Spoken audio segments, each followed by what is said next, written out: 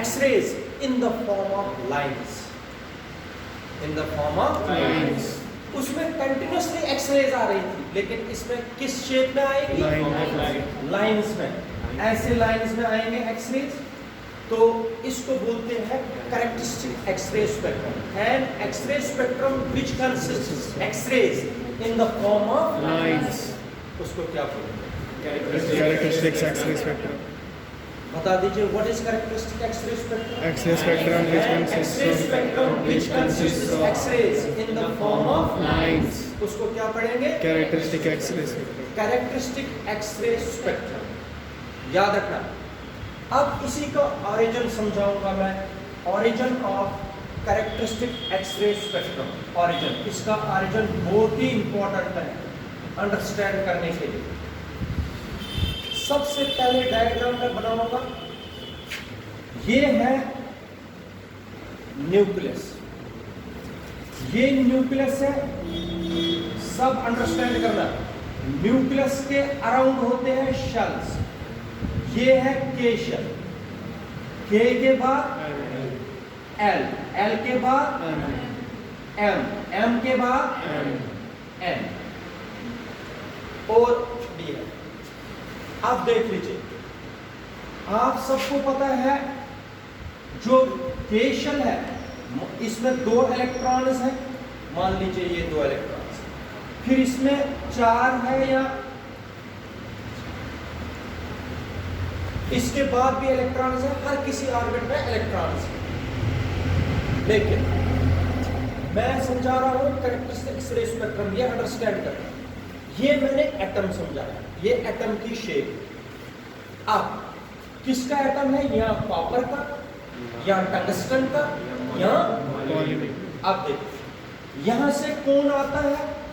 Highly energetic electron, highly energetic electron.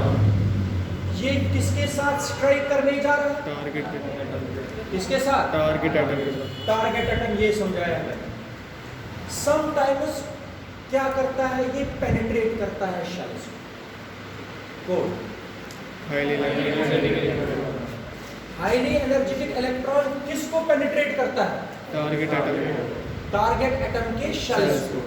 In target atom के shells को penetrate करता है और मान लीजिए ये पहुंच गया के शेल तक। कहां तक? के शेल तक। और स्ट्राइक कर गया के शेल के उस इलेक्ट्रॉन के साथ जो इलेक्ट्रॉन के शेल में घूमता है। कितना पेनिट्रेशन किया इसने? शाबाश। ये एनर्जेटिक इलेक्ट्रॉन कहां तक पहुंच गया? के शेल। पेनिट्रेशन, मैक्सिमम पेनिट्रेशन इसकी के शेल तक आ। और के शेल में किसके साथ स्ट्राइक कर गया? इलेक्ट्रॉन, बोलो। शाबाश। एनर्जेटिक इलेक्ट्रॉन ने इस इलेक्ट्रॉन के साथ स्ट्राइक कर गया। देखो क्या होता है अब पॉइंट देखो, when a highly energetic electron is going to strike with the target atom, sometimes it so happens it penetrates the shells. When it penetrates the shells, it reaches up to the K shell. जब ये K shell तक पहुंच गया penetration करते करते, क्योंकि ये highly energetic bullet की तरह चल रहा है, तो बुलेट की तरफ जब चला ये कहां तक पहुंच गया? के शेल तक, और स्ट्राइक कर रहा है के शेल के इलेक्ट्रॉन के साथ। इसकी एनर्जी इसको मिली, ये नॉकआउट कर दिया, ये बाहर आ गया। कौन सा इलेक्ट्रॉन बाहर आ गया? के शेल का इलेक्ट्रॉन। के शेल का इलेक्ट्रॉन जो ऑर्बिट में घूम रहा था, किसने नॉकआउट कराया? Highly energetic electron. अब इसके साथ हमें कोई कंसर्न नहीं है। किसके साथ? ये मान लीजिए हाईली एनर्जेटिक इलेक्ट्रॉन यहां से बाहर गया, यहां दूसरे के साथ स्ट्राइक कर गया, हमें उसके साथ कोई कंसर्न नहीं। हमें इस इलेक्ट्रॉन के साथ कंसर्न करना है जो नॉकआउट कर गया, जो बाहर आ गया। ये किसने बाहर कराया? Highly energetic electron. इस हाईली एनर्जेटिक इलेक्ट्रॉन ने इसके साथ स्ट्राइक कर गया और ये बाहर आ गया। हाईली एनर्जेटिक इलेक्ट्रॉन की वजह से ये electron, orbiting electron, it knocks out from the shell. समझ आया? यहां पर कौन रहा? बोलो। कोई नहीं। यहां पर होगी वैकेंसी क्रिएट। क्या होगी? यहाँ पर सीट पर बैठा था पहले कौन? इलेक्ट्रॉन इलेक्ट्रॉन, केशल वाला इलेक्ट्रॉन, वो उठ के चला गया, अब तो खाली हो गई। It creates a vacancy, it creates a vacancy इधर सुनो, पॉइंट बहुत इंपॉर्टेंट। ये vacancy can raise power 8 seconds के ज्यादा नहीं रह सकती है खाली। कौन सी vacancy? This vacancy which is created by striking the energetic electron cannot leave beyond 10 raised power minus 8 seconds। तो इतने फ्रैक्शन ऑफ सेकंड से पहले ही ये फिलअप होती है। कौन? वैकेंसी अब फिलअप कहाँ से होगी? फिलअप कहाँ से होगी? ऊपर फिलअप कहाँ से होगी? या तो इलेक्ट्रॉन एल शेल से आएगा, या तो एम शेल से आएगा, या तो नजदीक वाली शेल से आएगा, और ये वैकेंसी ऑक्यूपाई करेगी। समझ आया यहाँ तक? तो समझ आया? क्योंकि जब हाईली एनर्जेटिक इलेक्ट्रॉन इस टारगेट एटम पर स्ट्राइक कर गया, वहां से इलेक्ट्रॉन निकल गया, वहां से वैकेंसी क्रिएट हो गई। ये वैकेंसी फिलअप करनी ही करनी है within 10 raised power minus 8 seconds। इससे पहले ही ये फिलअप हो जाती है, इससे पहले ही फिलअप हो जाती है। और फिलअप कहाँ से होगी? ऊपर वाले या तो एल शेल से आएगा, या शाबाश, अच्छी तरह समझो। इधर देखो, अब यहां पर मैं बना रहा हूं,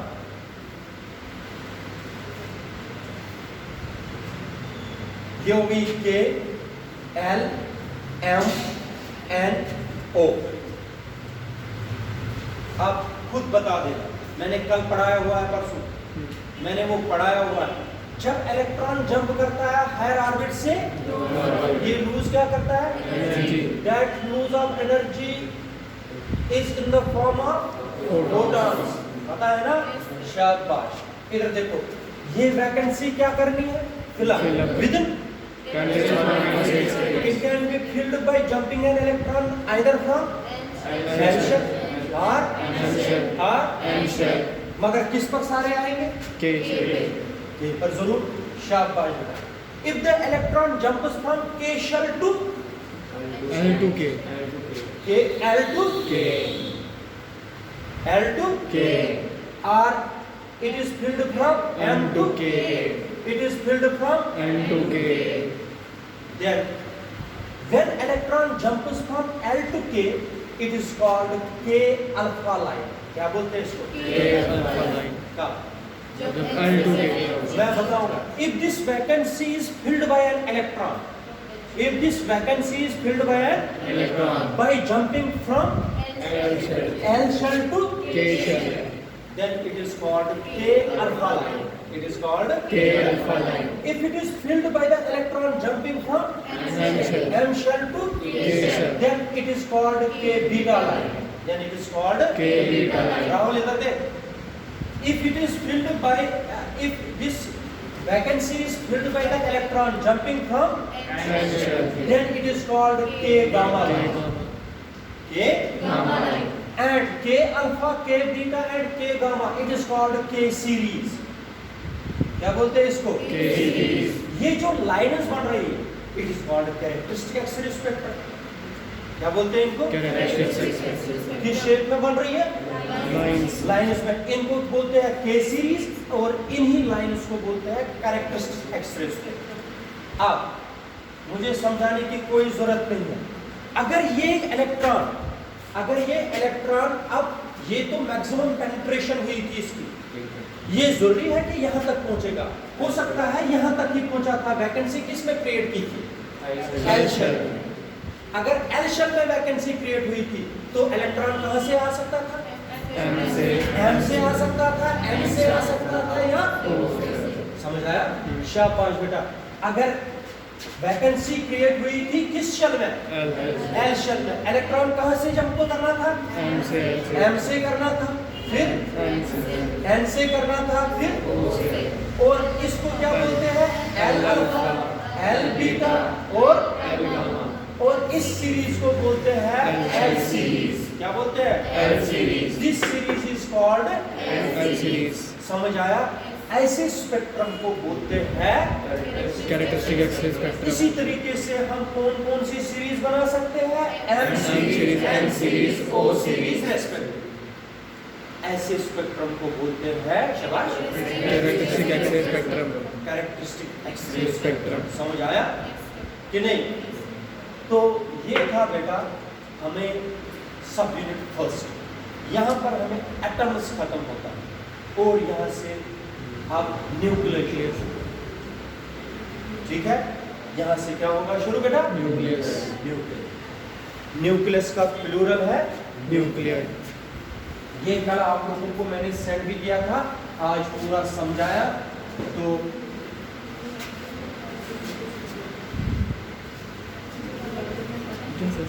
कुछ भी कर रहा हूँ आपका plan है। देख लीजिए, अब है सब यूनिट सेकंड। ये सब यूनिट बिल्कुल आसान है, आधा तो आप लोगों ने पहले भी पढ़ा है केमिस्ट्री में, लेकिन सारा पढ़ा होगा, मैं यहाँ पर रिपीट करूँगा तो आप लोग देखते जाइए। और 10th में भी पढ़ा है थोड़ा सा, जैसे न्यूक्लियर फिशन है, न्यूक्लियर फ्यूजन है, चेन रिएक्शन है, वो एटम बॉम्ब, हाइड्रोजन बॉम्ब, वो सारे आप लोगों ने थोड़ा थोड़ा पढ़ा है, मुझे रिपीट भी करना है। तो सब यूनिट सेकंड इसको बोलते हैं न्यूक्लियर।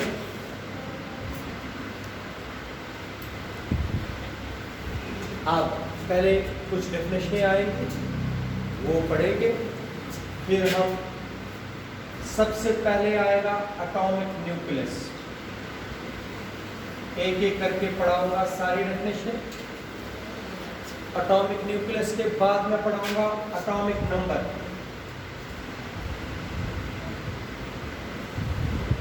फिर पढ़ाना है मास नंबर, ठीक है? फिलहाल ये तीन। फिर मुझे पढ़ाना है how can you calculate the size of atomic nucleus, फिर डेंसिटी, फिर आइसोटोप्स, आइसोटोन्स, आइसोबार्स, इसी तरह आगे आगे बढ़ते जाएंगे। फिलहाल हम एटॉमिक न्यूक्लियस, एटॉमिक नंबर और मास नंबर अभी याद कराओ। देखिए, बोर्स मॉडल में भी हमने पढ़ा है, every atom consists of a tiny central core. Every atom consists of a tiny central core in which all the positive charge and almost all the mass is concentrated and is called atomic nucleus.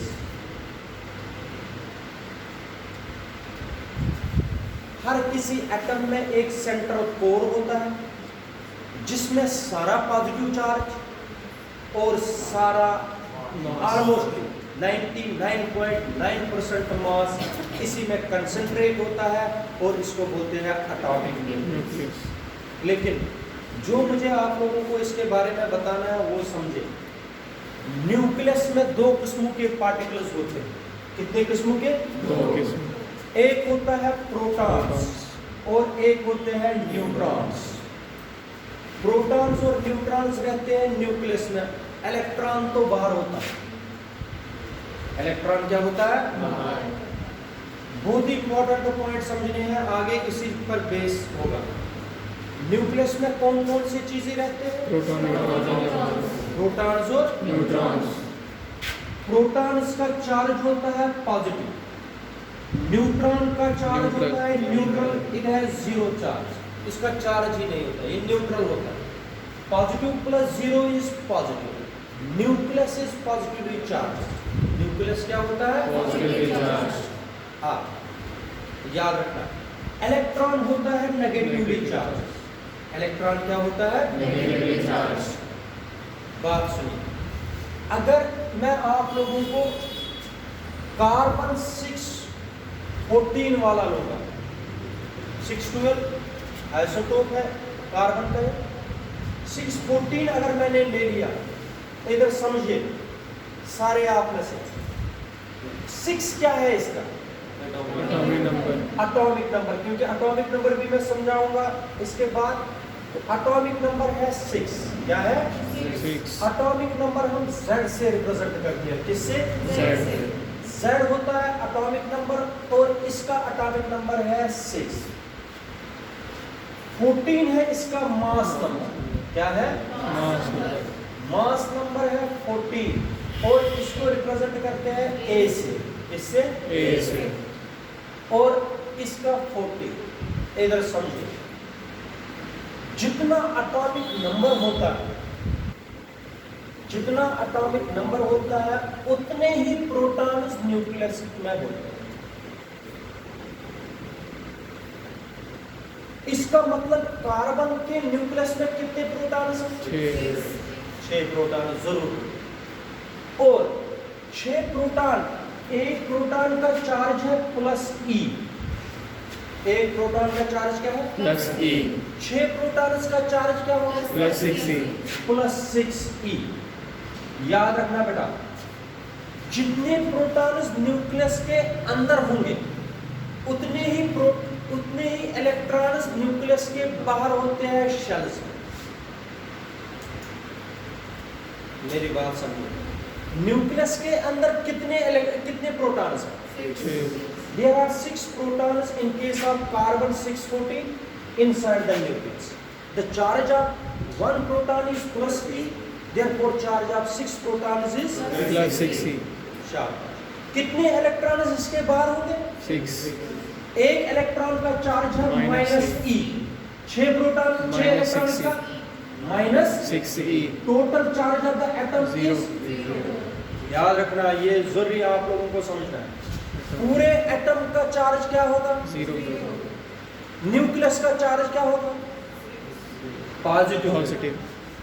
6 तो मैंने example बताया। Nucleus का charge क्या होता है? Positive. पूरे atom का charge क्या होता है? 0। पूरे एटम का चार्ज क्या है? 0। Atom is electrically neutral. Atom is electrically neutral. Why atom is electrically neutral? Because the number of protons, that is positively charged particles, होते हैं जरूर बराबर number of negatively charged particles which are electron.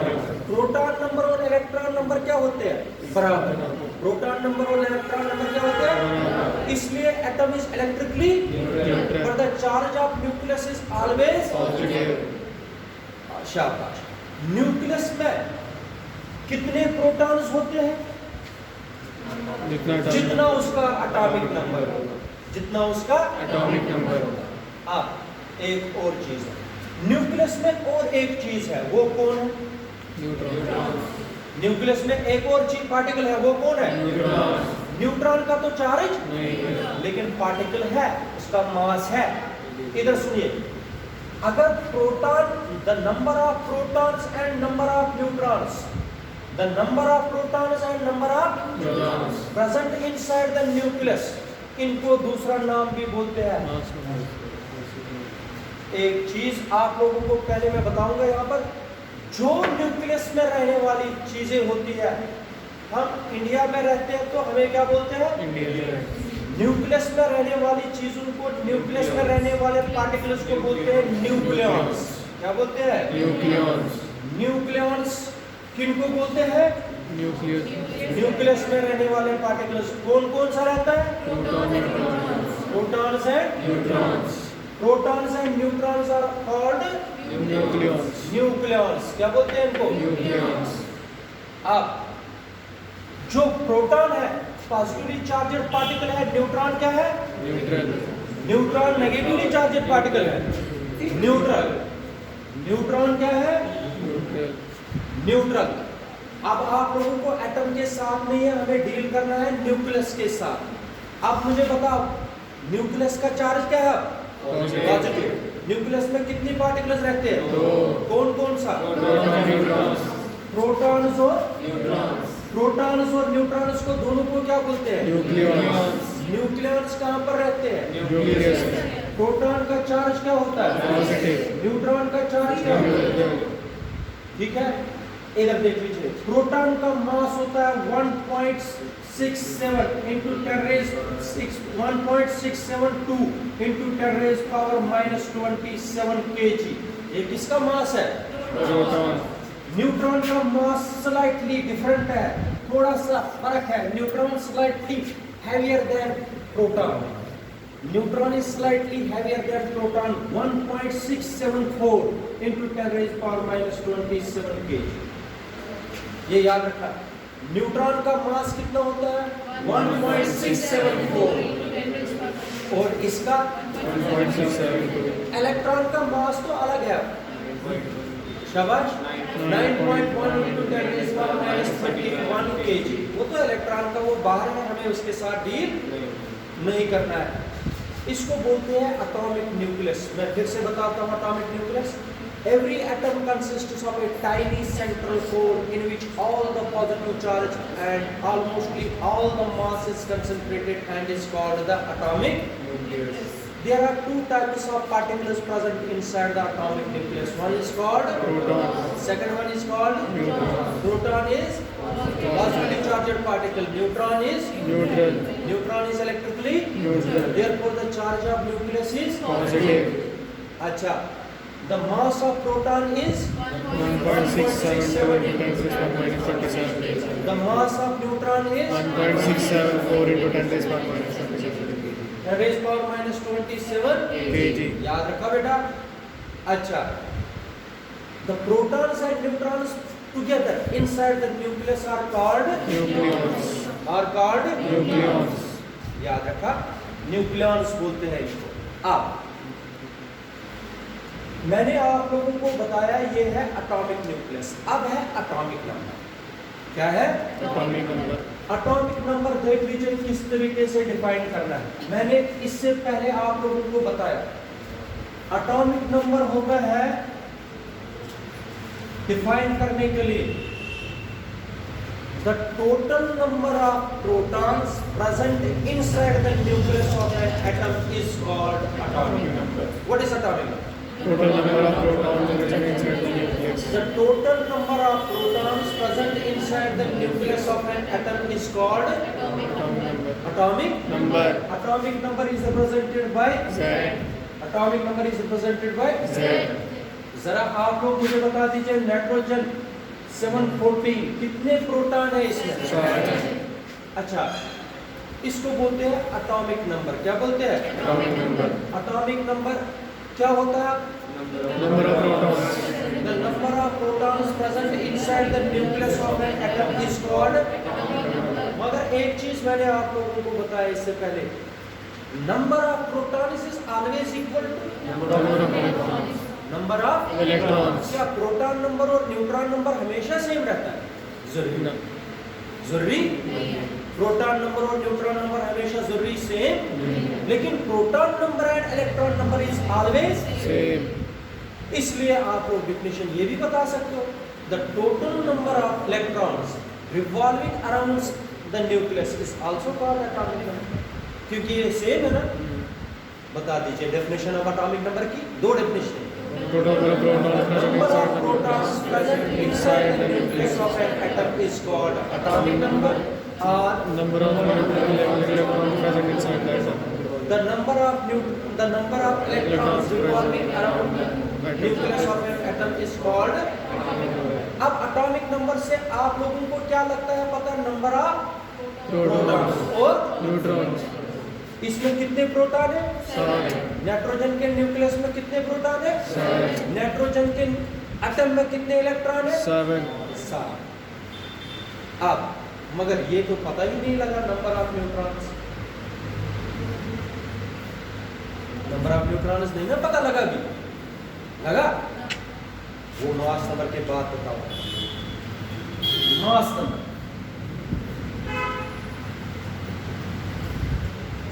Mass number देखो क्या होता है। Mass number होता है the total number of protons and total number of neutrons present inside the nucleus of an atom. कितने प्रोटॉन है और कितने न्यूट्रॉन एक न्यूक्लियस में है, उसको क्या बोलते हैं? mass number, mass number is denoted by A. Mass number is denoted by A, मैं यही बता रहा था राहुल, अभी मैंने समझाया है आप लोगों को कि प्रोटॉन नंबर भी पता चलता है और इलेक्ट्रॉन, मगर न्यूट्रॉन नंबर अभी पता। नहीं चला, अगर मैं कार्बन 614 लेता हूँ, कार्बन के 614 वाले न्यूक्लियस में 6 प्रोटॉन है, ये तो हमें पता है, मगर न्यूट्रॉन कितने हैं? Mass number minus proton. इसका इधर देखो बेटा, 6 प्रोटॉन अगर है इसमें, न्यूट्रॉन भी है ना, न्यूट्रॉन कितने हैं? Mass number minus proton. Neutron number निकालते हैं, यह याद रखना, neutron number is number of neutrons निकालते हैं, याद रखिए, नंबर ऑफ न्यूट्रॉन्स होते हैं बराबर, number of neutrons is equal to a minus z, a minus Z। What is a, mass number. What is a, mass number. What is z, atomic number.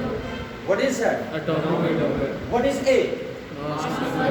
mass number minus atomic number is called neutron. Number of neutrons present. number of neutrons. number of neutrons is equal to A minus Z। a minus z, which is equal to number of neutrons. number of neutrons इसमें कितने हैं? number of neutrons इसमें कितने हैं? 14 minus 6। 14 minus 6, 14 minus 6। 14 minus 6 is equal to 8। 4. Office में इधर सुनिए, number of neutrons कितने हैं? 8। नंबर ऑफ प्रोटॉन्स इसमें कितने हैं? 6। अब देखो, इसके न्यूक्लियस में 6 प्रोटॉन्स हैं और न्यूट्रॉन्स अभी मैंने निकाले कितने हैं? 8 प्रोटॉन्स और 8 न्यूट्रॉन्स है। इसका मतलब न्यूक्लियस कितने हैं? 14। न्यूक्लियस कितने हैं बेटा? 14 है क्या इसका? Mass number. इसलिए आप लोग बोलते हो the total number of protons और total number of neutrons is called mass number.